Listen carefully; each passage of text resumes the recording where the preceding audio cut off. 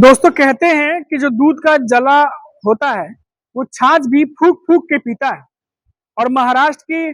परिदृश्य में मैं अगर बात करूं तो यहाँ पर बीजेपी एक ऐसी पार्टी है जो दूध की जली है और छाछ अब फूक फूक के पीना उसे चाहिए, लेकिन ऐसा होता दिखाई नहीं दे रहा है। दूध की जली है वो लोकसभा चुनाव में, और छाछ यानी कि विधानसभा चुनाव जो नजदीक आने वाला है, अब उसको देखते हुए उन्हें अतिआतन वो गलतियां नहीं दोहरानी चाहिए जो उन्होंने पहले दोहराई है, लेकिन ऐसा होता नहीं दिखाई दे रहा है। एक और बहुत बड़ी गलती बीजेपी की तरफ से हो रही है, जिसको लेके अब एमवीए के नेता फिर से बीजेपी पे हमलावर हैं और ऐसे ऐसे बयान अब वो दे रहे हैं कि बीजेपी के अंदर जो कार्यकर्ता जो नेता है उनके अंदर नाराजगी पैदा हो सकती है और ये आने वाले विधानसभा चुनाव में बहुत बड़ी समस्या और प्रॉब्लम बीजेपी के लिए हो सकती है। आखिर क्या है वो, चलिए बात करते हैं। नमस्कार दोस्तों, मेरा नाम है मनीष कुमार सिंह और आपका बहुत बहुत स्वागत करता हूं मैं 4 PM महाराष्ट्र में। दोस्तों आपको पता है कि नवंबर में जो है वो विधानसभा चुनाव होने हैं, हालांकि डेट अभी तक अनाउंस नहीं हुए हैं, लेकिन इसकी तैयारियां शुरू हैं। और महाराष्ट्र में बीजेपी ने एक समिति बनाई है, प्रबंधन समिति, जो कि चुनाव का पूरा प्रबंधन जो है, बूथ होते हैं बहुत सारे, सबका देखरेख करना पड़ता है, पूरा प्रबंधन संभालना पड़ता है। उसके लिए एक समिति बनाई है जिसमें 34 लोगों के नाम है और इस लिस्ट में, इस 34 लोगों के नामों की लिस्ट में एक भी उत्तर भारतीय नेता नहीं है। अब आप सोचिए कि मुंबई और महाराष्ट्र में कितने सारे उत्तर भारतीय वोटर्स हैं, साथ ही साथ कितने सारे उत्तर भारतीय नेता हैं। और आपको बता दूं कि जितने भी महाराष्ट्र में पार्टियां हैं, उन सब पार्टियों में बीजेपी एक ऐसी पार्टी है जिसके पार्टी में सबसे ज्यादा उत्तर भारतीय नेता शामिल हैं। उसके बावजूद भी इस प्रबंधन वाली समिति में एक भी नेता का नाम शामिल नहीं है, जिसको लेकर के अब राजनीति गर्मा गई है। आपको बता दें कि इस लिस्ट में जब नाम उत्तर भारतीय किसी नेता का नहीं आया तो एमवीए की तरफ से नेताओं ने बयान देने शुरू कर दिए। यूबीटी पक्ष के शिवसेना का कहना है कि ये बीजेपी की पुरानी आदत है कि पहले काम निकालो, काम के साथ लोगों को जोड़ो, फिर अपना काम निकालो और जैसे काम निकल जाए फिर साइड लाइन कर दो। अब ये बात यूबीटी पक्ष के शिवसेना के कई नेता कहते नजर आ रहे हैं और बीजेपी को घेरने की कोशिश करने लगे हैं। लेकिन ये नेता जो यूबीटी पक्ष के हैं या एमवीए के हैं, उन्हें ये बैठे बैठाया मुद्दा जो है बीजेपी ने खुद दिया है। अब देखिए कि ये ऐसी गलती पहले भी हो चुकी है। लोकसभा चुनाव में अगर आपको याद होगा तो लोकसभा चुनाव में जब सीट शेयरिंग चल रही थी, उस दरमियान भी बीजेपी के कई सारे नेता कुछ सीट पर अपने आप को दावेदार मान रहे थे और ये कह रहे थे कि इस सीट से वो मजबूत है और सीट जीतकर ला सकते हैं। इसके बावजूद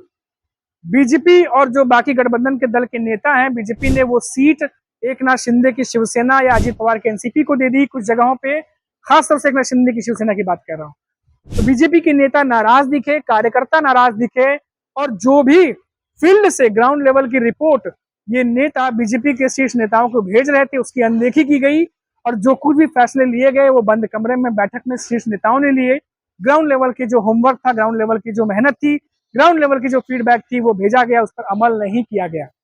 और बिल्कुल एक तरीके से अनदेखा कर दिया गया, जिसका गुस्सा बीजेपी के नेताओं में देखने को मिला। लोकसभा चुनाव में जब बीजेपी को बुरी तरीके से हार नसीब हुई, हार मिली, तो उसके बाद कार्यकर्ता भड़के हुए नजर आए, कई नेता नाराज नजर आए, जिन्होंने खुले तौर पर जो है वो उन्होंने बयानबाजी भी की। अब ऐसा ही कुछ फिर से दोहराता हुआ महाराष्ट्र की राजनीति में एक और कदम जो है बीजेपी ने उठाया है और ये एक तरीके से सेल्फ गोल की तरह देखा जा रहा है। क्योंकि आप देखिए कि एक तो बीजेपी एक ऐसी पार्टी है जिसके पास सबसे ज्यादा उत्तर भारतीय नेता हैं, दूसरा मुंबई में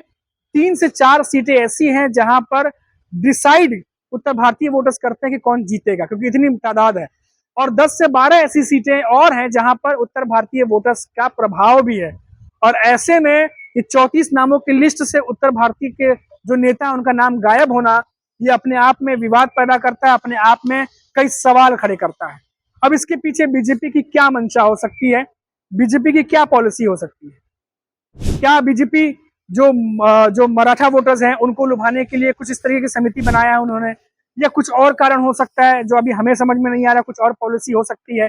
लेकिन जो भी पॉलिसी हो सकती है, लेकिन इससे इतना तो जरूर है कि 34 नामों में जो एक भी उत्तर भारतीय नेता का नाम नहीं है, उसकी वजह से अब सियासी जो पारा है वो चढ़ने लगा है, सियासत गर्म हो गई है। एमवीए के नेताओं की तरफ से अब हमला जो है वो तेज कर दिया गया है बीजेपी को घेरने का। हालांकि बीजेपी की तरफ से कुछ नेता ये कहते जरूर नजर आ रहे हैं कि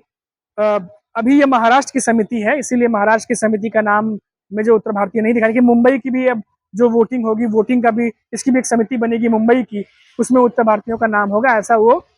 उम्मीद जता रहे हैं। लेकिन कई सारे बीजेपी के नेता हैं जो इस मसले पर चुप्पी साधे हुए हैं, कुछ भी कहने से बच रहे हैं। अब यानी ऐसा लग रहा है कि बीजेपी के नेता भी वेट एंड वॉच में हैं कि क्या मुंबई में वाकई में अलग समिति बनेगी जिसमें जो है उत्तर भारतीय नेताओं का भी नाम होगा, क्योंकि आप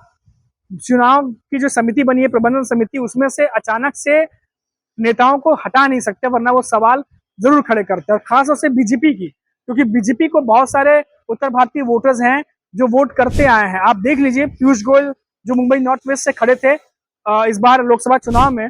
मुंबई नॉर्थ वेस्ट की जो लोकसभा सीट है वहां पर उत्तर भारतीय बड़ी तादाद में है और बहुत ज्यादा उनके वोट्स वहां से डिसाइड करते हैं कि कौन जो है वो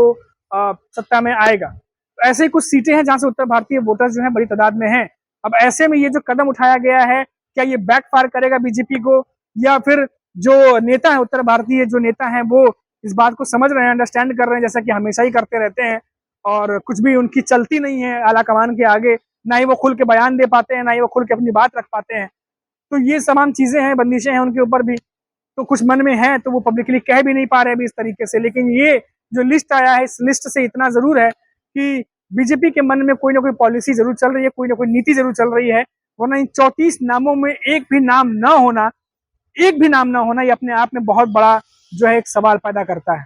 फिलहाल अभी के लिए इतना ही, फिर लौटेंगे तो बात करेंगे महाराष्ट्र की किसी बड़ी खबर पर। तब तक के लिए आप देखते रहिए 4 PM महाराष्ट्र और मुझे